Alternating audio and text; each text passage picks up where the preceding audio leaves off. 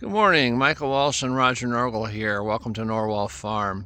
If you haven't already, please subscribe to our channel, ring the notification bell, and hit the like button. That helps our channel. We're at 991 subscriptions, where our goal is 1,000. So if you would please, if you haven't already, please subscribe, because that would really help us out. Today we're going to work on some winterizing projects. Have to drain the water lines that go to the pastures and get some water tanks set up with electric heaters. So we'll get started. We took the canopy off the portable shade for the winter and then pulled it down here behind Miller's, in between the pines and the black locust grove here. That'll protect it from the wind. That's where we leave it for the winter.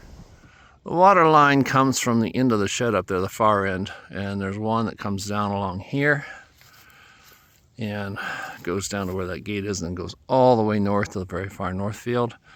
Then the other one starts at the shed, goes down, goes along that fence line all the way down beyond the Miller pastures and up a little bit there. So we got to open up all the spigots and get the water drained out, and then we'll put the air compressor on and blow air through it. There are a number of spigots at these fence posts, about every, 300 yards or so. But anyway, what we have to do, I took the hydrant off at the building, so it's open up there. And just turn these, and there is pressure in the line. This will drain by gravity. Most of what's up there is coming downhill and will drain here. At the far end, it goes downhill the other way. So we let gravity do its job, and then we'll hook the air compressor up. The water line runs along there. You can kind of see that little indentation comes and runs the whole length, and then it tees off and comes up here, and this is actually downhill here, so it drains back into that line. So there shouldn't be any water in those U-joints underground. This line is about 12 to 18 inches, probably 18 inches below ground. It's sort of like a water line for a lawn sprinkler system. It's not designed to be used in the winter, and they're not out here in the winter anyway, so we don't need that. So every fall you got to blow it out, and so it doesn't freeze. We did have some freeze last year because with the gravity you don't always get all the water out of the line. And the south section, there were 3 where this line here comes out. You can see here there's a slope this way, so the water drains into the line on the south line, and you'll see when we get down there where the main line is, it actually slopes down a bit to the fence, to the water spigot. So that was the problem. We didn't get all the water out of those U-joints, and it got 22 below last winter. And those U-joints are 90-degree angles, elbows. They're plastic, so with that freezing it just cracks. So this spring when we started up, we had to replace 3 of those, but it wasn't hard to do. But this is the 3rd year, so that's not bad. I'm at the far north end, and the ones on the way up here had drained. They all drained out the first one that I opened, because it's all downhill there. So this is draining from the hill up here all the way down here.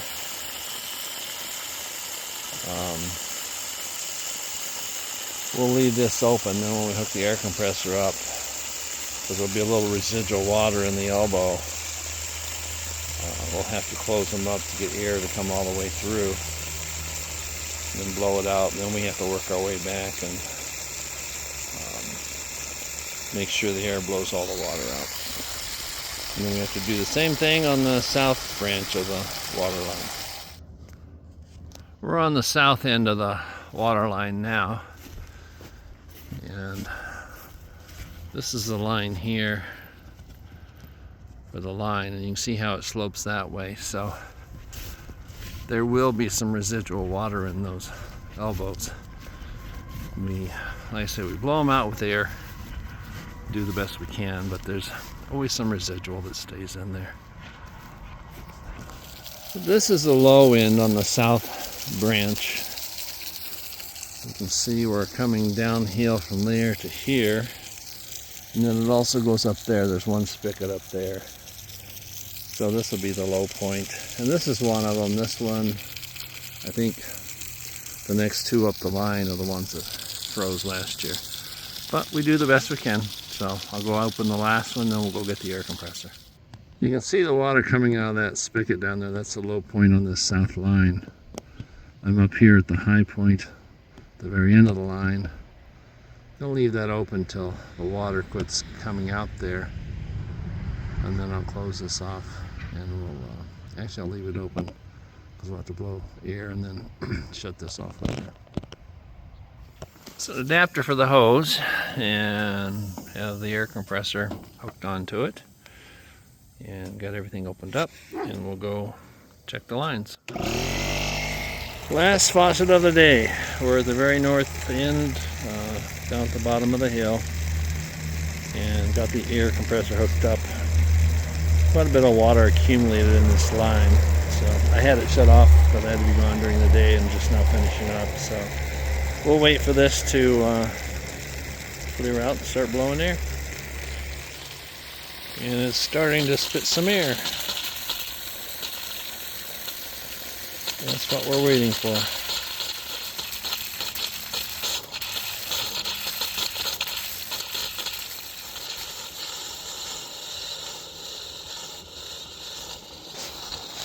Turn it off for a bit and then turn it back on.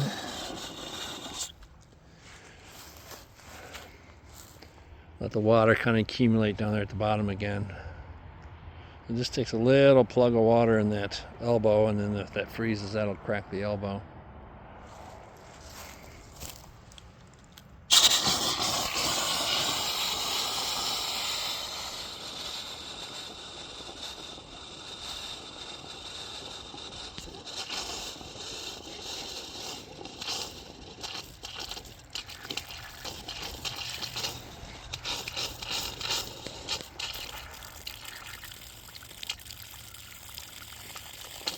At the time you think you're done, there's more comes down.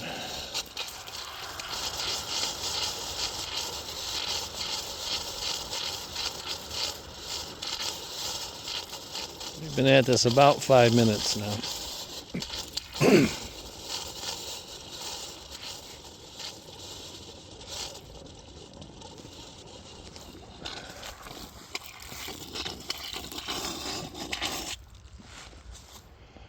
Turn it off one more time, let that water accumulate down there, and then we'll open it up and head back up, and then probably take me 5 minutes at least to walk back up to the shed and turn the air compressor off.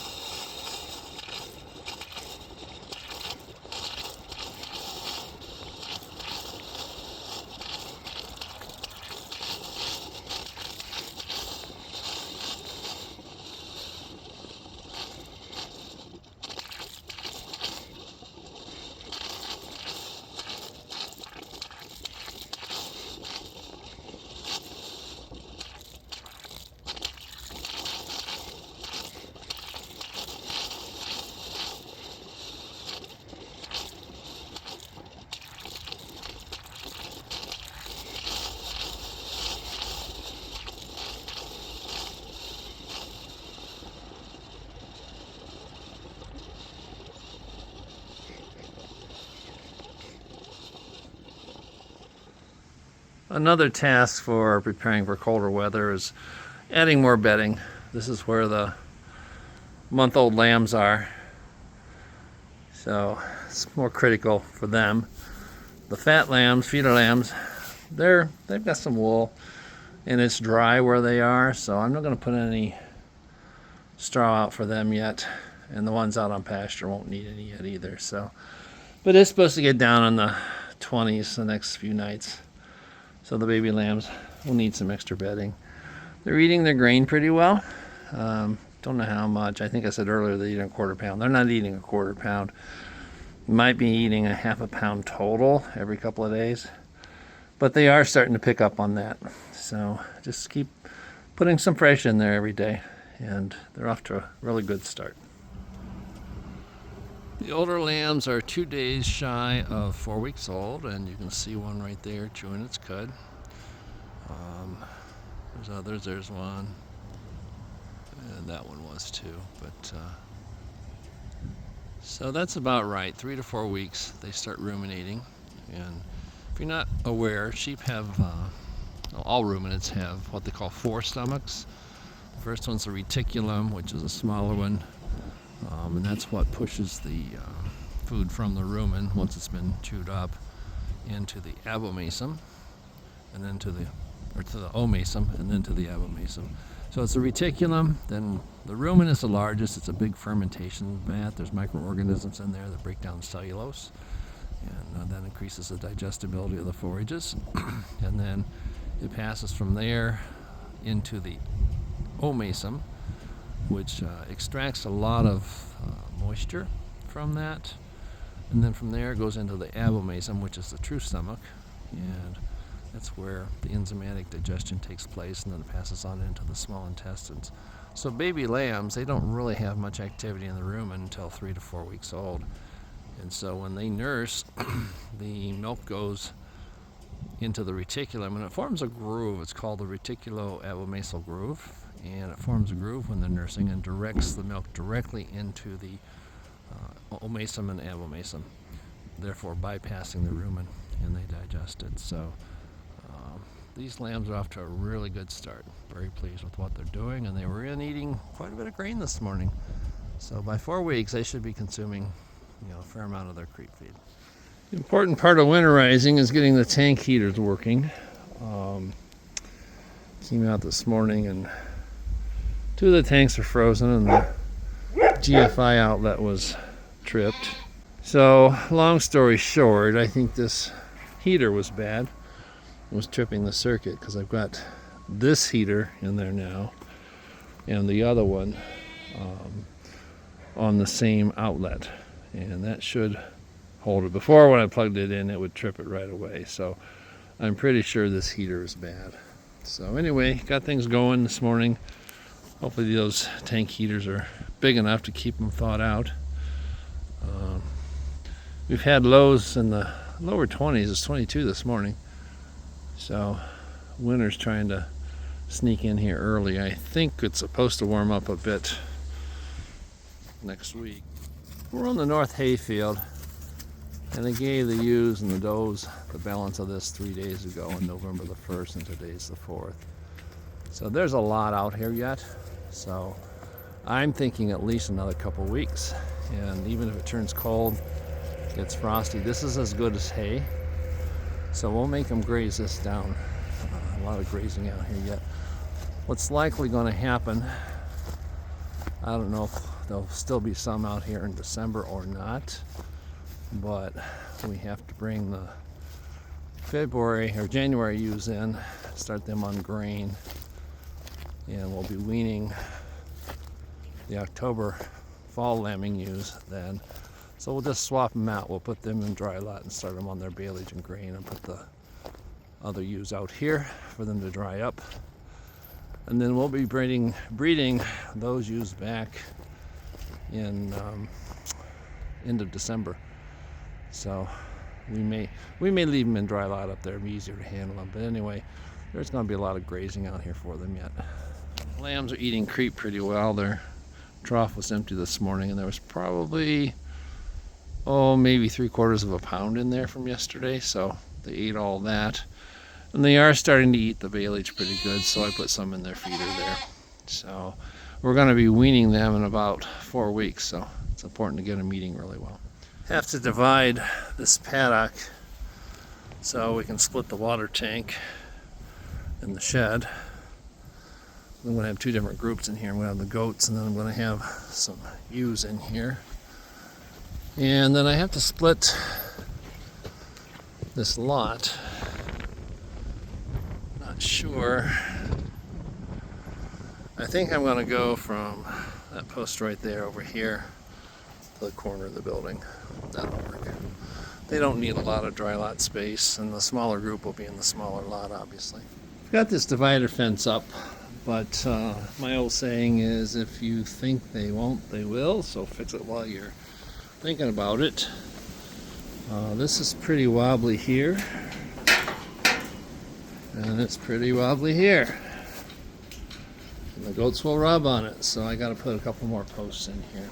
So we'll get that done. Then we're going to construct the fence outside, the electrical. Fence is all set up. Varying terrain, so I used all the posts basically. There's 10 of them on there, and I used 9 of them. But as the height varies, you have to put extra posts in. So we've got that all set up. It's set up over there. I've got to put a mineral feeder on this end of the shed for the group that goes in here. It's going to be a couple weeks after we have any sheep in here and goats. But got this all contained, and it's ready for the next group. We're all set up. We got the other mineral feeder up. I'll put mineral in it right before we bring the other animals in. But the ewes and lambs stay over there. They got a lot more room, plenty of room for them to get out of the wind. And left the creek feeder set up. I think what's going to happen is we'll bring the January ewes in here, start them on grain, and then we can just take them around, load them in the trailer when it's time to go to the barn with them. So that's our plan. If you would please share this video with a friend and leave us a comment. Thanks for joining us at Norwal Farm.